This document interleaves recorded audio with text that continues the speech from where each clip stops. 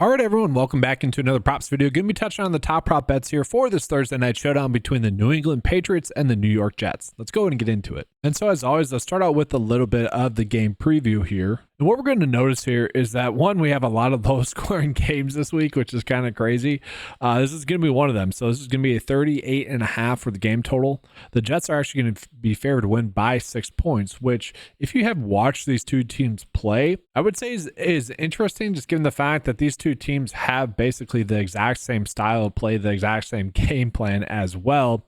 Play good defense, rush the football a bunch, keep that clock running, extend drives with some third and shorts, and hopefully that's enough to win. We'll take a peek at the Jets injury report. Really, no one really significant on the injury report. The biggest piece of news that we are kind of looking at is really looking at Mike Williams here. So Mike Williams ended up playing 18% of the snaps in week 1. Then he ended up playing 65% of the snaps in week 2, which there were some quotes out there pretty much saying, well, that was maybe a little bit too much. That wasn't the plan. And so my biggest question is, all right, what are we expecting this week? It's a short week for them. And obviously it's going to be a long week after this until their next game. I could see it going both ways. It's like, all right, he played 65% of the snaps last week. They didn't exactly want him to play that much, but he handled it fine. I would argue he didn't. I would argue he kind of looked like he was coming back from an injury, but could he be at 65% of the snaps again? Probably. I mean, it wouldn't be too crazy. At the same time, they will have a lot of time off. Maybe they do cap him at around 50% of the snaps, which then becomes interesting, right? So we'll talk about him as that comes up. But let's go ahead and get back into those game lines here. Just looking at the Patriots injury report wise, again, nothing too crazy with them in terms of who we're looking at in terms of prop betting for this game.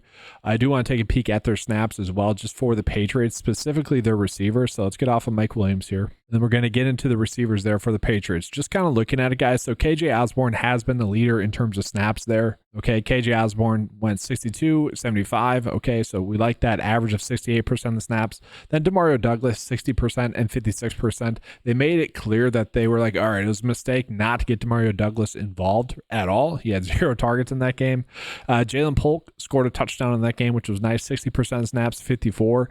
I kind of expect that to continue to trend upwards. I do think as the season progresses, he will be their best receiver by the season's end. Tyquan Thornton, more of a deep ball threat. And so if they're going to be playing with the lead, Thornton is going to be someone that really isn't going to play because they don't need that. But I do think that's interesting to look at. So now with that, guys, let's go on and get into the top prop bets. All right, so looking at the PrizePicks tab, the top prop bet that we have popping up there is actually going to be Mike Williams for over his fantasy score for the Jets. We're starting with the Jets here, which is obviously going to be fascinating. Again, I already touched on it a decent amount. What do we do with him, right? That's the difficult part. You know, if you told me that he was going to be playing 65% of the snaps, regardless of the matchup, I'd be pretty intrigued by it. Now, it is a difficult matchup, don't get me wrong, going against the Patriots. Like, kind of a tough start for the Jets.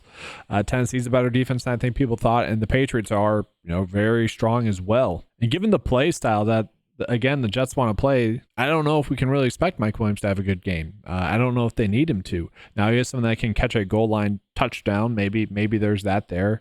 Last week, we had 2 running backs score touchdowns for the Jets, Braylon Allen and also Breece Hall. So I could see that happening.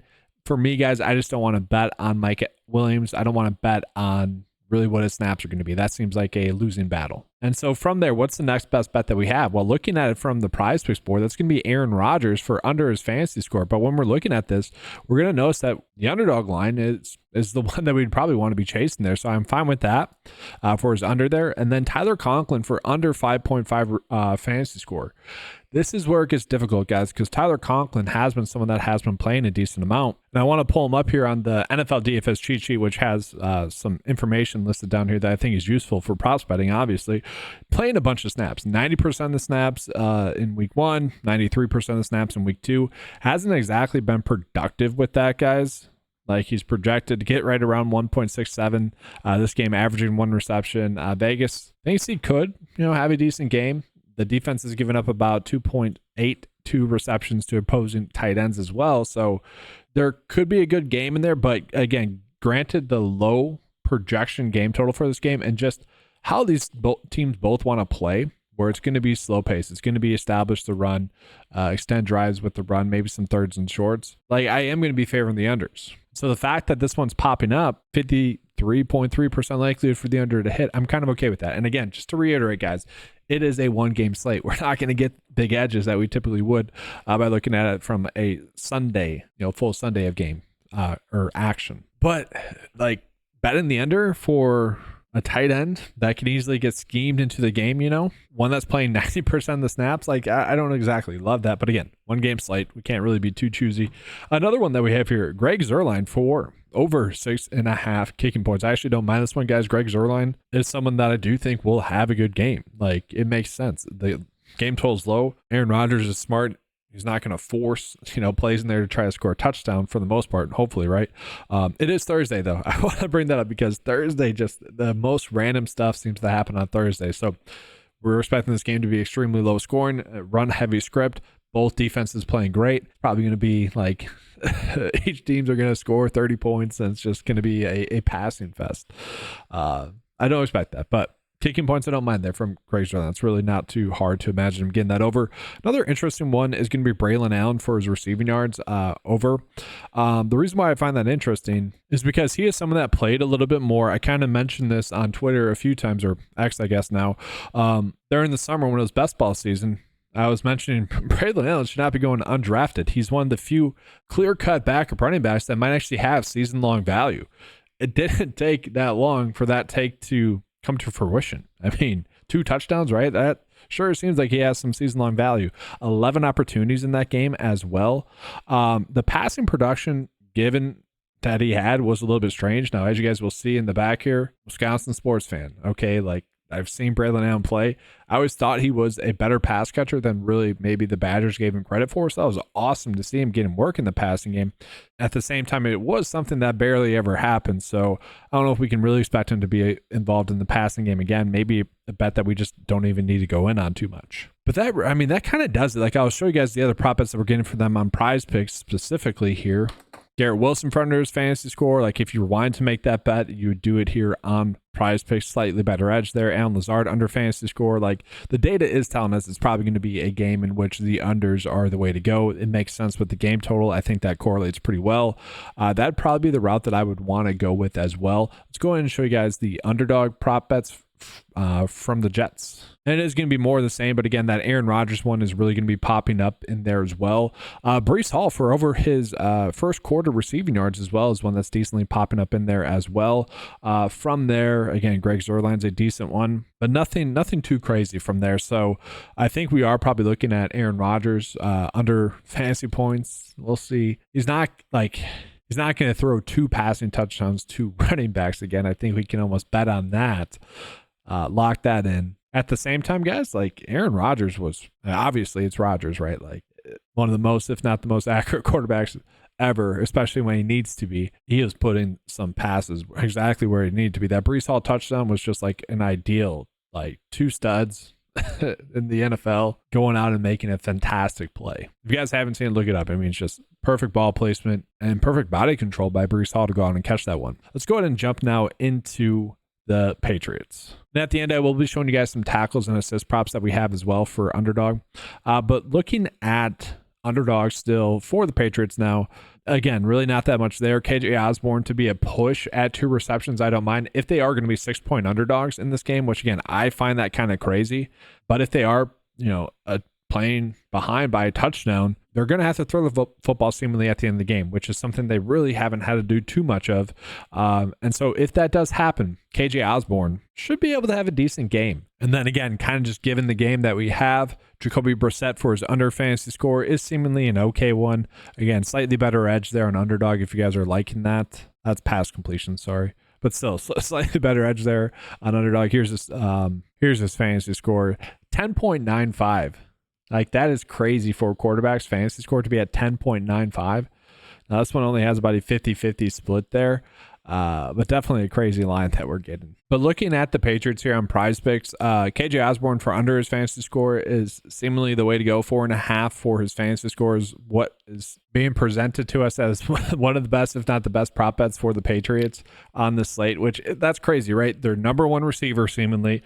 I know it's not saying much, but in any game, the number one receiver of a team to be at 4.5 for a fantasy score, and the data's telling us about the under. I mean, that's pretty crazy. This kind of shows you guys how not fun it will be to bet on this game, because we're betting on these low lines and the data's telling us about the under. It's not sexy. It's kind of annoying that that's the slate that we have, but it is.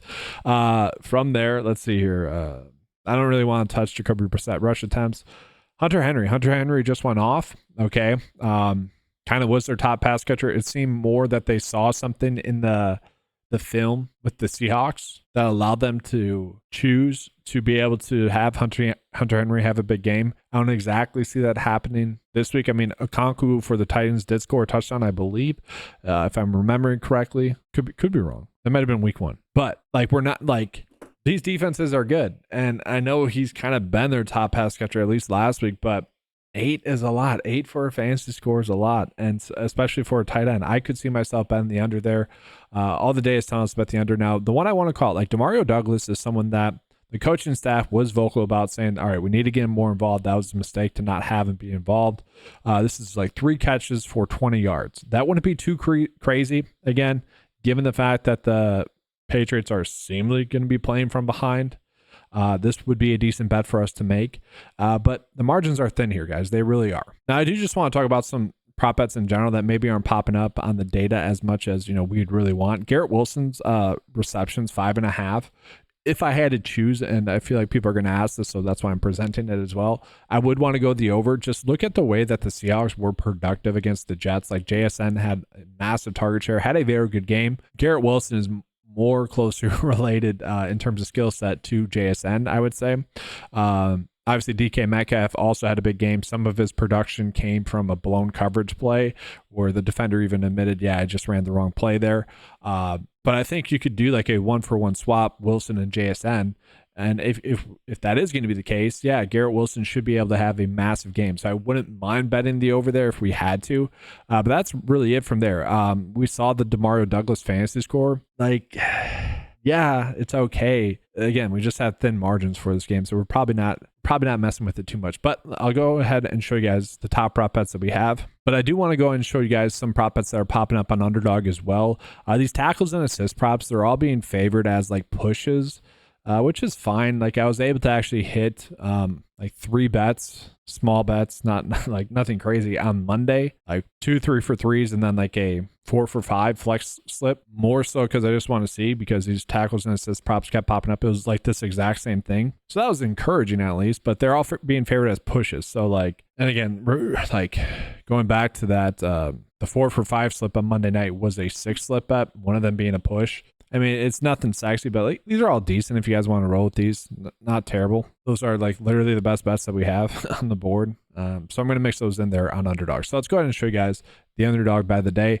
Again, if you guys are looking to use any of these bets and you guys have never used these sites before, make sure to use the promo codes. That's just an easy way to help out the channel. All right, so looking at the Underdog bet of the day, I am rolling with Jacoby Brissett for under his fantasy score here. Not pretty. If you guys don't want to do that, I get that. Again, they're 6-point dogs. They could be throwing at the end of the game. Maybe could Kirk Cousins his way into having a good day. It's fine. Breece Hall for over his first quarter receptions, 4.5. I mean, that's really not that much. That's like 1 catch, and he has been a focal point in their pass game. Now, the Patriots are going to know that.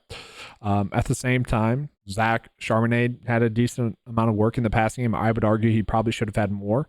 And so not terrible. And then going with a couple of those tackles, props. And then, yeah, Aaron Rodgers for lower than 14.65 fantasy points. Again, given it being a Thursday night football game, it could be sloppy. Heck, maybe that leads to Rodgers having kind of like that touchdown that he had in week 1, where he got someone to jump off sides and kind of gets a lucky touchdown. I mean, that could happen. Again, Thursday nights are just kind of ugly. But this is kind of what we're looking at for Underdog. I'll show you guys prize picks. So again, guys, 1 game slate. Don't exactly love these, especially in a game script that's going to promote the Patriots potentially playing from behind. Hunter Henry, less than his fantasy score. KJ Osborne, less than his fantasy score. Those are the top 2 passing weapons as well. Like, I made it clear, like, it's an ugly slate. I don't have to reiterate that. Greg Zuerlein, though, for over 6.5 for his kicking points. That's fine. Tyler Conklin, then, for under his fantasy score. Like, 1 big play that could pop. Again, it's an ugly slate. None of these bets are like preferred bets, I would say. Obviously, 54% or higher is the edge that we want to be looking at. None of those are going to be the case, at least on prize picks. kind of fingers crossed, betting this to have fun on the Thursday night game. And so that's going to be the bet of the day today. If you guys want access to any of the tools that you saw in this video, head on over to 9to5sports.com. Use the promo code KEEPCASH and you get 20% off.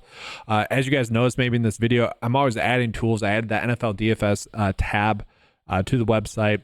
Working on that really for the past week and a half now. Excited to get that out to you guys. Include snaps, ownership, leverage for NFL DFS, just a bunch of useful stuff. Make sure to give a like and subscribe to this video as well. Appreciate you guys being here. All right, thanks for watching, and as always, let's keep cashing.